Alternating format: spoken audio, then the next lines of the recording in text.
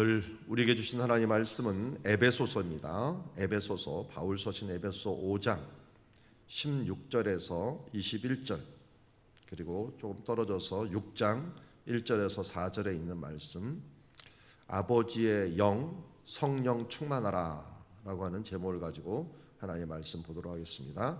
에베소서 5장 되겠습니다.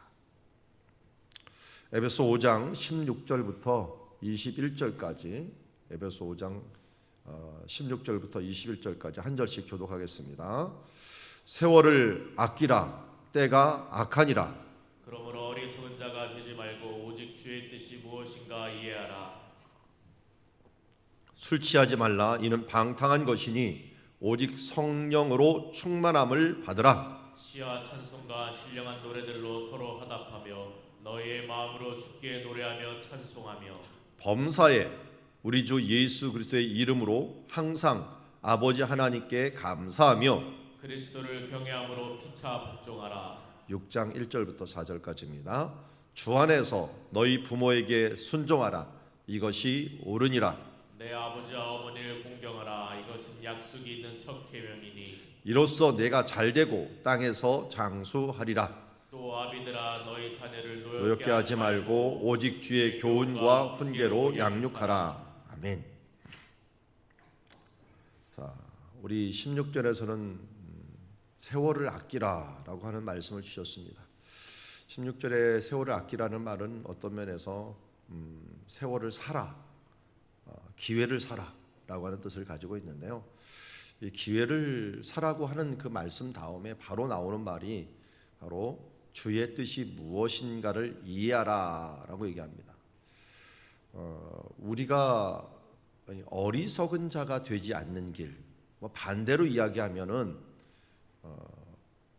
지혜로운 자가 되는 길은 무엇이냐면 주의 뜻이 무엇인가를 이해하는 것입니다. 우리 자녀를 교육하고 자녀를 키운다고 할 때 분명히 자녀들은 여호와의 기업이잖아요. 그러면은 어떻게 키우는 게 가장 좋겠습니까? 여호와의 기업 방침대로 키워야지 그게 제대로 키우는 거겠죠. 그런데 우리가 세상의 필요를 채우는 인재로 만들어 간다면 이것은 세상의 뜻을 따르는 거고, 세상의 커리를 따라서 세상의 필요를 따라서 세워가는 자식이 되지 말고 여호와의 기업은 하나님의 필요에 따른 자식으로서 세워가야지 하나님이 원하시는 기업이 되겠죠. 그래서 오늘 그것을 얘기합니다. 어리석은 자가 되지 않는 길은 지혜롭게 우리 세월을 살아가고, 나도 여호와의 기업이잖아요. 그러니 우리가 올바르게 살아가기 위해서는 주의 뜻대로 살아가는 겁니다. 주의 뜻대로 살아가는데 문제는 뭐냐면 주의 뜻이 무엇인지, 하나님의 뜻이 무엇인지를 모른다는 것입니다. 그래서 수시로 하나님께서 하나님의 뜻이 무엇인가를 알려주셨어요.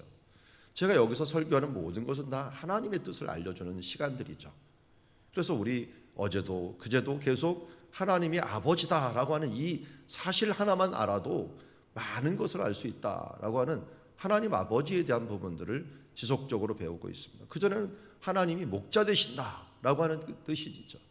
그리고 그와 함께 동행하고, 우리 어제 저녁에도 탕자 비유를 배웠지만 하나님이 원하시는 건 다른 것도 없어요. 아버지와 함께 하는 거예요. 아버지 안에서 거하는 거예요. 아버지와 같이 하는 삶들을 하나님께서 원하시는 거죠. 그러면서 구체적인 사항으로 하나 두 개를 얘기하지만 아주 기초입니다. 하나님을 나의 아버지 삼고 그 안에 살려고 하는 자면 그 다음 문제는 사실은 다 해결이 되는 거예요. 그 다음은 열매로 나타나는 거죠. 데살로니가전서 5장 16, 17, 18도 마찬가지죠. 18절에 이렇게 나와요. 이것이 예수 그리스도 안에 너희를 향하신 하나님의 뜻이다 라고 나왔잖아요. 하나님의 뜻. 그러니까 하나님의 뜻이 뭔가 앞에서부터 보니까 항상 기뻐하는 겁니다. 쉬지 말고 기도하는 거예요. 범사에 감사하는 겁니다. 이것이 그리스도 예수 안에서 하나님의 뜻이라고 말하고 있습니다. 그러니까 우리가 기뻐하며 사는 삶, 쉬지 말고 기도하는 삶, 범사에 감사하는 삶, 이 삶은 바로 하나님과 호흡을 하면서 같이 살아가는 그런 삶이라고 할 수가 있죠. 이거는 근데 세상 사람들도 다 좋아해요. 기뻐하면서 감사하라, 긍정적인 사고를 가져라. 이런 거 다 좋아하죠. 그런데 이 중간에는 안 하려고 하죠. 핵심에는 항상 뭐가 있어요? 쉬지 말고 기도하라는 건 뭡니까? 하나님과 교제를 가지라는 겁니다. 주 하나님과 교제를 가지면서 주의 뜻이 무엇인가를 물어보고 기뻐하면서 감사하면서 살아가는 삶, 이것이 하나님의 뜻이다라고 이야기하는 것입니다. 근데 주의 뜻을 우리가 이렇게 기뻐하면서 기도하면서, 그러니까 기도는 왜 해야 되냐면 주의 뜻을 아는 거예요. 근데 주의 뜻을 그냥 또 알 수 있는 구체적인 것들이 많이 있죠. 그런데 그 다음에 나오는 거예요. 술 취하지 말라 이는 방탕한 것이니 오직 성령으로 충만함을 받으라. 그러니까 에베소서는, 데살로니가에서는 이제 주의 뜻을 또 다른 면으로, 기도하는 면으로 강조를 했어. 기도하면서 기뻐하고 감사하는 삶을 살라고 했는데 에베소에서는 이렇게 얘기합니다. 성령 충만함을 받아야지 주의 뜻을 알 수 있다라고 하는 것입니다. 왜? 우리 성경 말씀 뭡니까? 성령의 감동으로 된 말씀이잖아요. 그래서 저도 이 말씀을 전할 때건 강의할 때건 항상 기도하는 게 뭐냐면, 성령의 감동으로 기록된 말씀은 성령의 충만함으로 알 수밖에 없습니다. 내 뜻으로 내 생각으로 분석하고 알아가는 게 아니라, 그래서 성령의 충만히로 기록된 말씀, 내가 성령의 충만함으로 이 뜻을 알게 하여 주시옵시고 깨닫게 하여 주시옵소서라고 하면서 성경을 읽기 전에 기도하는 것이 마땅합니다. 그 반대되는 것을 술 취하지 말라라는 말로 얘기를 해놨어요. 성령은 거룩한 영이잖아요. 그런데 이 성령의 이름이 여러 가지가 있어요. 성령도 원래 이름이 없죠. 우리 여호와도 이름이 없지, 성령도 이름이 없어요. 그냥 거룩한 영이라고 하는 거잖아요. 이름 없잖아요. 또 어떨 때는 보혜사라고도 얘기해요. 보호자, 카운셀러라고도 얘기하고, 어떨 때는 예수의 영도 돼요. 또 어떨 때는 하나님의 영이에요. 하나님의 영. 주로 많이 쓰인 게 하나님의 영이죠. 그러니까 하나님의 영이라는 하나님 아버지의 영. 그래서 예수님께서도 하늘에 올라가실 때 이 성령님을 보내준다라고 하는 것을 말할 때 아버지께 요청해서, 아버지께 구하여서 내가 성령을 너에게 보내줄 것이다 라고 얘기합니다. 그러니까 삼위일체 하나님은 한 하나님이니까 서로 구하고 서로 협력을 해서 하나님께 오는 거죠. 그러니까 우리는 생각하기를 성자 예수님만 이 땅에 오신 것들이 대단하다라고 생각하는데요, 성령 하나님이 이 땅에 오신 것도 동일합니다. 물론 성자 예수님께서는 육신의 종의 형상을 입고 이 땅에 오신 것이니까 참으로 큰 희생이었죠. 그러나 저는 더 힘든 분이 성령 하나님인 것 같아요. 성자 예수님은 한 몸, 그래도 본인이 한 영 안에서 임할 수 있었고, 그 영으로 육신과 함께 이겨내가는 삶들을 사는 게 힘들었지만, 성령님은 우리 모든 사람들 가운데 임하셨어요. 특별히 예수 믿는 사람들, 예수를 주라 시인하는 사람들에게는 이미 성령님이 임하였다라고 얘기하고 있어요. 그러면 우리 마음에 오신 성령님은 우리들의 연약함을 너무 잘 보실 거 아니에요. 오늘도 우리들의 얼마나 이 변덕스러운 마음, 요새 감기 들린 사람들이 너무 많아요. 우리 교회도 보면은 아주 드럼 눕지는 않아도 콜록콜록하고 하는 사람들이 많은데, 이런 분들이 왜 감기 걸린가 봤더니 온도가 이 봄만 되면 오르락내리락을 너무 많이 해요. 오르락내리락을 많이 하니까 이 사람들이 변덕에 우리 몸이 견디지를 못하는. 근데 성령님도 힘드신 것 같아요. 그래서 이 로마서 8장에 오면은 성령님이 힘들다는 표현을 어떻게 하는지 아십니까? 탄식한다라는 표현을 씁니다. 탄식한다. 우리들의 이 오르락내리락하는 이 변덕스러운 마음 때문에 어떨 때는 신앙이 있는 것 같았다가 어떨 때는 없는 것 같았다가, 주일날은 뭔가 좀 신앙이 뜨거운 것 같다가 한 이틀 3일만 지나고 냉랭해 갖고 이거 도저히 살 수 있는 것 같다가, 이렇게 왔다 갔다 하는 우리들의 이 모습을 통해서 때로는 성령이 우리 마음에서 탄식하신다라고 하는 표현을 쓰겠습니다. 탄식하신다. 그러기에 우리가 해야 될 일들은 성령의 충만함을 받아야 돼요. 근데 성령의 충만하고 가장 비슷한 단어가 바로 술 취하지 말라는 단어예요. 제가 술에 취한 적이 없어갖고 술 취한 것이 뭔지를 잘 모르겠는데, 근데 제가 더 객관적으로 술 취한 사람을 많이 봤어요. 많이 보다 보니까 술 취하지 한 거하고 성령 충만한 거하고 굉장히 비슷하구나. 이게 뭐하고 비슷하냐면 에스겔서의 그 환상 있잖아요. 환상에 성전에서 물이 쫙 내려올 때 맨 처음에 술 한 잔을 먹으면은 내가 술을 마시는 거예요. 그런데 이제 이 물이 점점점 커져서 허리 정도가 되잖아요. 그러면 물의 흐름과 내 힘이 비등비등해져요. 그러면서 이 나중에는 술을 마시는 그런 비슷한 현상이 일어나요. 그러다가 물이 더 많아지면 어떻게 됩니까? 이제는 술이 사람을 마셔버리는 이런 사람을 주도하는 결과를 가지게 되죠. 성령님도 마찬가지입니다. 우리가 기도하다 보면은 맨 처음에는 내 마음대로 성경을 읽고 내 마음대로 성령 안에서 성령님을 주도하는 것처럼 느껴지지만 우리가 성령님에 따라서 살아가다 보면은 어느 순간에 이 내 흐름과 성령의 흐름이 같으면은 좋지만 이게 힘이 비등비등해져요. 어떨 때는 성령님의 힘이 강한 것 같다가 어떨 때는 내 힘이 강한 것 같다가 내 뜻이 강한 것 같다가 하나님의 뜻과 내 뜻이 자꾸만 왔다 갔다 하면서 저울질을 해요.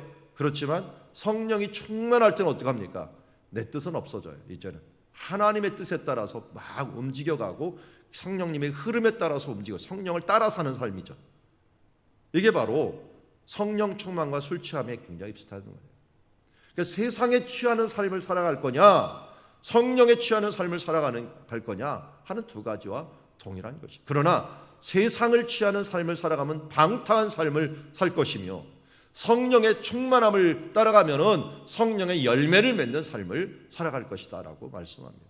이 성령의 충만함을 살아가는 사람들은 주의 뜻을 행하는 자들이라고 합니다. 그래서 17절에 보면 오직 주의 뜻을 무엇인가를 이해하라 라고 해놓고서 그 다음 오직 성령의 충만함을 받으라 라고 하는 것은 주의 뜻을 따라가는 유일한 비결은 성령 충만한 것이다. 내 뜻이 아니라 하나님의 뜻을 따라서 살아가는 것이다. 그래서 그 다음 하는 말들은 그에 따른 삶이에요. 그래서 어리석은 자가 되지 말고 주의 뜻이 무엇인지 구별하라면서 성령의 충만함을 받으라랍니다. 그러면 성령의 충만한 사람들의 열매들을 보여주고 있어요. 열매들 19절에 시와 찬송과 신령한 노래들로 서로 화답하다. 여러분 찬송이 내 입에서 흘러나오면 그 사람 성령 충만한 거예요. 열매를 보는 거예요. 열매를 보고 알리라는데 시와 찬송과 신령한 노래들로 서로 화답하면서 찬송하기를 좋아하는 거예요. 그래서 너의 마음으로 주께 노래하며 찬송하며 범사의 우리 주 예수 그리스도의 이름으로 항상 하나님 아버지께 감사하는 거예요. 그냥 찬송이 아니라 서로 찬송하기를 같이 모여서 좋아하고 주님께 경배와 찬양을 하면서 하는 걸 좋아하고 또한 그냥 아니라 예수의 이름으로 하나님 앞에서 감사하며 찬양하는 것을 좋아하는 그런 사람들. 내 마음에 흥얼흥얼 이름이 나온다면 세상에서도 좋은 뭐예요? 노래가 나오잖아요. 막 물론 시련을 당해서도 노래가 나오지만 주로 기쁠 때 흥얼흥얼 좋은 노래가 나와요. 여기는 하나님 앞에서도 마찬가지죠. 하나님 앞에서도 서로 찬송하고 또 노래하고 또 하나님께 감사하고 경배하는 그런 부분들이 있을 때 우리가 주 안에서 이러한 성령의 충만, 이 성령이 뭐예요? 아버지의 영, 우리 하나님의 영입니다. 하나님의 영으로서 우리가 충만한 삶을 살라. 그럴 때 주의 뜻을 알고 우리의 삶에서 하나님의 기쁨과 하나님의 감사와 하나님의 영광이 가득한 삶이 우리 가운데 흘러나온다는 것입니다. 그러면서 주시는 말씀이 이제 생략을 여기 지금 20절부터 생략을 했지만 가정에 대한 부분들을 얘기해요. 성령 충만하다 보면은 우리가 따라오는 삶들이 있는데 찬양에 있는 뿐만 아니라 부부간에도 아름다운 화합이 있게 되고요. 그리고 이 가족 간에도 하나님이 주시는 은혜가 있게 됩니다. 부부간을 좀 넘어서 우리 6장 1절에서 4절까지는 이 부모와 자식 간에 우리가 D6를 하다 보니까 부모와 자녀 간의 부분들을 함께 다루고 있어요. 자, 먼저 그냥 한 네 틀을 다룹시다. 주 안에서 너희 부모에게 순종하라. 이것이 옳으니라. 내 아버지 어머니를 공경하라. 이것은 약속 있는 첫 계명이다. 이로써 내가 잘되고 땅에서 장수하리라. 자, 부모에게 순종합니다. 또 그 뒤에는 뭐니? 공경합니다. 그러면 어떻게 돼요? 이것이 6장 1절에서는 옳은 일이다 라고 얘기하고 이건 또한 약속이 있는데 어떤 약속이냐면 땅에서 잘되고 장수하는 축복이 있는 거예요. 우리 이 땅에서 잘되는 축복과 장수하는 축복은 부모에게 순종하고 공경하는 일입니다. 저도 이 구절이 제 마음에 있다 보니까 부모님들이 어떤 요청을 하거나 어떤 모순이 있어도 웬만하면 그냥 순종하고 공경하려고 하는 마음이 있는 것 같아요. 그게 이제 자리 잡다 보니까 어떨 때는 뭐 싫은 소리 못하고 그냥 너무 쩔쩔매는 것 같느냐 하는 오해를 좀 받을 때도 있는데, 제 마음에 이 말씀이 그냥 새겨져 있다 보니까 그렇게 다가오는 거예요. 이게 옳다, 그러니까 이렇게 공경하는 게 옳다, 우리 부모님이 조금 부족하더라도, 그리고 어떨 때는 모순되더라도 그냥 공경하자 하는 마음들이 있다 보니까 제 마음에 이런 마음들이 있는데, 그런데 여러분 이렇게 살면요, 제가 진짜 저도 한 60년 인생을 돌아봤지만 부모에게 불순종하고 부모를 공경하지 않는 사람들이 땅에서 잘 되는 일도 못 봤어요. 그들이 건강한 거 별로 못 봤어요. 문제가 항상 생겨요. 제 친구들도 봐도 되고 제 주변의 사람들도 봐도 이거 부모에게 순종하는 사람들이 결국은 하나님이 주신 은혜를 받고 축복을 받더라. 이거는 세상에도 하나님 나라에서도 하나님의 원리예요. 왜 그런지 아세요? 하나님이 그 원리를 오늘 우리에게 알려주신 겁니다. 4절도 같이 봐야 돼요. 그래서 아비들아 너희 자녀를 노엽게 하지 말고 오직 주의 교훈과 훈계로 양육하라. 신명기 말씀하고 똑같죠. 너는 이 말씀을 내 마음에 새기고 내 자녀에게 부지런히 가르치라 라고 하는 말이에요. 주의 교훈과 훈계로 양육하라. 자, 앞에 있는 6장 1절부터 3절까지는 10계명이에요. 10계명 중에서 우리가 잘 알듯이 하나님을 섬기라는 것과 우상을 만들지 말라, 그 다음에 여호와 이름을 망령되이 일컫지 말라, 그 다음에 안식일을 거룩히 여기라. 그 다음 5번째가 뭐였어요? 5번째가 내 부모를 공경하라예요. 그리고 살인하지 말라예요. 그러니까 살인하는 것보다 더 무서운 죄가 부모를 불순종하는 죄. 부모를 공경하지 않는 죄는 바로 살인보다 더 무서운 죄다고 하나님은 얘기하고 있어요. 왜 그런지 알려드릴게요. 앞에는 하나님에 대한 부분이에요. 하나님을 섬기는 부분이고, 아래는 살인, 간음 이런 부분도 거짓말, 도둑질 나오는데, 요 사이 인간에 대한 필요한 말씀, 계명과 하나님께 필요한 말씀, 그 중간이 부모가 들어가 있어요. 왜냐하면 원리적으로 원래 들어갈 수밖에 없어요. 왜냐하면 하나님의 뜻을 자녀들, 인간 세계에 보낼 수 있는 방법은 부모를 통해서 보내는 것밖에 없어요. 부모가 이 중간 통로 역할을 해줍니다. 그런데 성령 회방하는 죄는 용서받지 못한다고 예수님이 말씀합니다. 왜 그러냐면 성령님을 통하여서 구원의 확신도 주고 성령님을 통해서 우리가 은혜를 받는 거거든요. 그런데 성령 자체를 차단해버리면 우리가 구원받는 것도 할 수 없고 아무것도 할 수 없고, 그러니까 성령을 회방해버리면 은혜가 못 오니까 우리가 하나님께 용서를 받을 수도 없어요. 성령으로 우리가 회개하는 영이니까요. 근데 그 성령이 누구한테 내리냐면 부모에게 내리는 거예요. 부모에게 내렸고, 부모가 어렸을 때 이 자녀들에게 은혜를 베풀어주는 일을 하는 겁니다. 우리도 마찬가지잖아요. 유아세를 하는데 부모가 없으면 어떻게 유아세를 하겠습니까? 아이만 가지고. 유아세를 왜 합니까? 어렸을 때 판단력과 분별력이 없으니까 국가에서도 어떻게 해요? 이 어렸을 때는 부모 책임이다라고 얘기하잖아요. 배상을 부모에게 물라고 하잖아요. 아이들이 문제가 생기면. 마찬가지예요. 우리가 유아세례를 받는 이유도 바로 그것입니다. 우리 자라나는 동안, 이 아이들이 성인이 되어 있는 동안은 부모에게 모든 책임이 있는 거예요. 그러다 보니까 부모가 주의 교훈과 훈계로 양육하지 않으면 그 책임이, 이 자녀들에 대한 책임이 일단 1차적으로 아비들에게, 우리 부모들에게 있다는 것입니다. 그래서 우리는 4절에 있는 부모된 사람들 이 책임을 더 중하게 여겨야 돼요. 신명기에서 그래서 먼저 내 마음에 새겨라라고 하는 거예요. 그리고 가르칠 때 뭘 가르치냐면 부모에게 순종해라. 너는 내 말에 순종해야 돼라고 하는 건데, 왜 순종해야 되느냐? 주 안에서가 항상 들어가 있어요.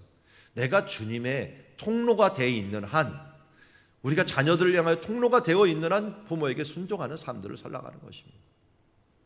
그럴 때 부모를 순종하는 사람이 하나님을 순종할 수 있기 때문에 그래요. 여러분, 하나님 섬기기에 제일 힘든 사람이 부모와의 관계가 안 좋은 사람이에요. 왜냐하면 부모 상이 안 좋다 보니까, 저도 아버지 하면은 하나님께 기도할 때 육신의 아버지가 먼저 떠오르는데, 육신의 아버지가 이 잔상이 너무 안 좋아. 그러면 하나님을 바라보기가 너무 힘들어요. 거쳐가야 되는데. 물론 우리가 신앙을 믿고 이걸 극복하고 아버지의 상을 넘어서 하나님 아버지를 바라보면 더 좋겠지만, 이게 자연스러우려면 육신의 아버지도 하나님을 잘 섬겨야 되거든요. 주의 교훈과 훈계로 알려주셨던 그 아버지의 모습이 있을 때 하나님 아버지께 더 직통적으로 갈 수가 있다는 것입니다. 그러게 우리는 먼저 우리 부모들이 성령 충만하여서 주 안에서 정말 중요한 축복의 통로, 은혜의 통로, 말씀의 통로, 생명의 통로가 되어갖고 우리 자녀들에게 이 말씀을 전해주고, 또 자녀들은 우리를 공경해주고 순종해주면서 따라가면서 아름다운 관계. 또 나도 우리 자녀들에게 무슨 모범을 보여주겠습니까? 부모를 공경하는 모습을 보여줄 때 우리 자녀들도 보여주지 않겠어요? 여기 다윗을 보십시오. 다윗은 자기가 어렵고 죄를 지었을 때 그를 따라가는 사람들이 600명이나 됐어요. 아니, 그가 도망 다닐 때 600명이요. 그가 왕에서 이제 쫓겨날 위기에 있는데도 가는데도 불구하고 600명이 같이 따라갑니다. 왜 그런지 아십니까? 이제 이 왕은 끝장났다 그래갖고 다른 사람들은 이제 새로운 왕을 따르고 있는데, 끝장난 왕을 왜 이렇게 많은 사람이 따라다닐까요? 다윗도 선 왕이었던 사울 왕을 존중해 주었어요. 공경해 주었어요. 그를 기름 부음 받은 자라서 절대 손대지 못하게 만들고 예의 있게 말하며 그를 저주하는 일이 없었고 겸손하게 말했어요. 하나님께 다만 호소만 했을 뿐이에요. 그랬더니 어떻게 했습니까? 자기도 실수하거든요.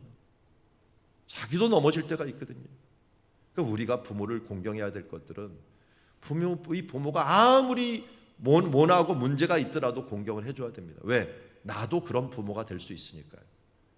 부모를 보면서 혹시 부족한 것은 고치려고 하고 좋은 것은 본받으려고 하는 그런 모습을 우리가 가져야 됩니다.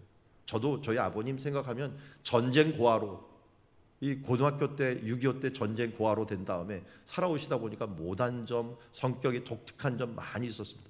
저거 본받지 말아야지, 본받지 말아야 하는데, 그런데 저희 아버님에게는 정말 강력한 무기가 있었어요. 이 성실함. 저는 돌아가시는 그날까지 손에 책을 놓지 않았던 아버님의 모습을 생각이 나요.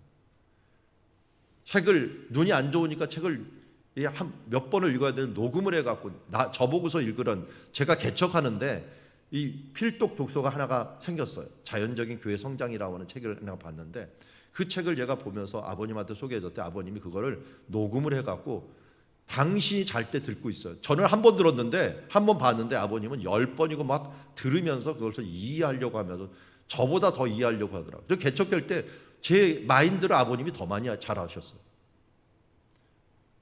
그러면서 진실한 신자가 되자 하면서 그런 이 독학을 하다 보니까, 6.25 때 있으면서 제대로 공부 못해갖고 독학을 해서 이걸 모든 걸 이겨내다 보니까 너무 성실했던 모습을 보여서 제가 따라갈 수가 없더라고요.